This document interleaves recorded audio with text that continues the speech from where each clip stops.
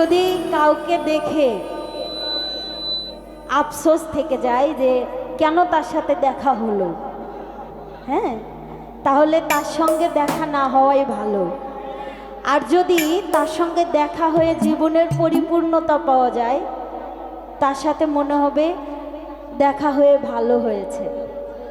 আমি যাকে সঙ্গে নিয়ে ঘুরি, আমি মনে করি যে তার সাথে দেখা হয়ে আমার জীবনটা পরিপূর্ণ হয়েছে। আর এমন কাউকে দেখা দরকার নেই যাকে দেখলে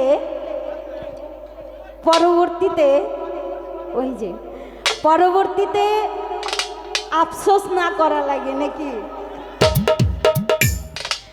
এমন কাউকে দেখার দরকার নাই যে আজকে দেখা দিবে 10 দিন পরে বুকের ভিতরে আঘাত করে চলে যাবে। কালা চশমা লাগাও। কেন হলো দেখা রে তোমার দেখলাম আমি,